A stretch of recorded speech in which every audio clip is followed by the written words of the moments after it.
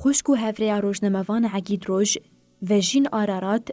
جچیاین کردستان نامه یک جمال باتاوخا و گلی کردی ولات پاریز رشانده و جین آرارات نامه ده دیار کرد که شهادت روژنموان عگید جبوان چافکانیا هیز و برخودانه یو گود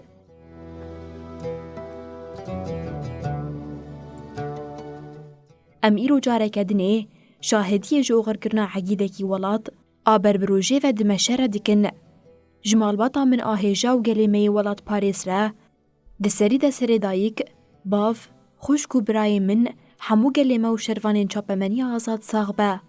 مال باتا من آهیجا دبکو از نهان لگل و بم لیدزانم کو هفرین من ین دلسوز لکیله کاوانه اوی تجاری و تنین هیلن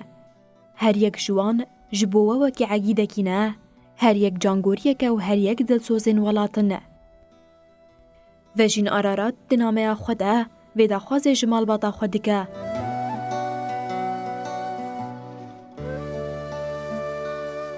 مال باتا منا هیجا دوی ام همو بشهادتا عگید سر بلند بن بزانن کو عگید سمبولا کسایتی بشرفی کرده هرچو قاس نهاد نواوان کلیان ده ام پر خمگین جیبن ام دزانن کو دمام ولات خواه عفرین خوش دسته نیاران رزگار کر و دمه سرفرازی و سربلندی و شونا خمگینی دا بگره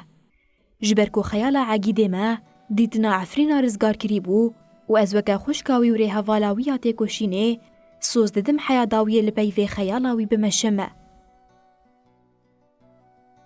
و جین آرارات دوام نامه خوده و ها قالت کشینا برای خو کره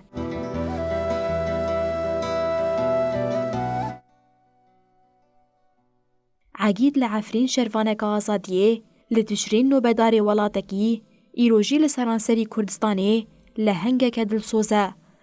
او عزیز و دلالی لبردل مبوع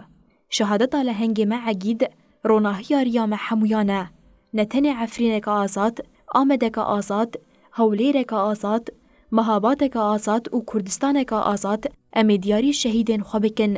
و تقص طول عگید می قهرمان و رهلانین ین کو سر بکه و دایکین مین دلسوزن گلی می برخودیره دوزاوان آمافدار و اولادین وان ین عگیدن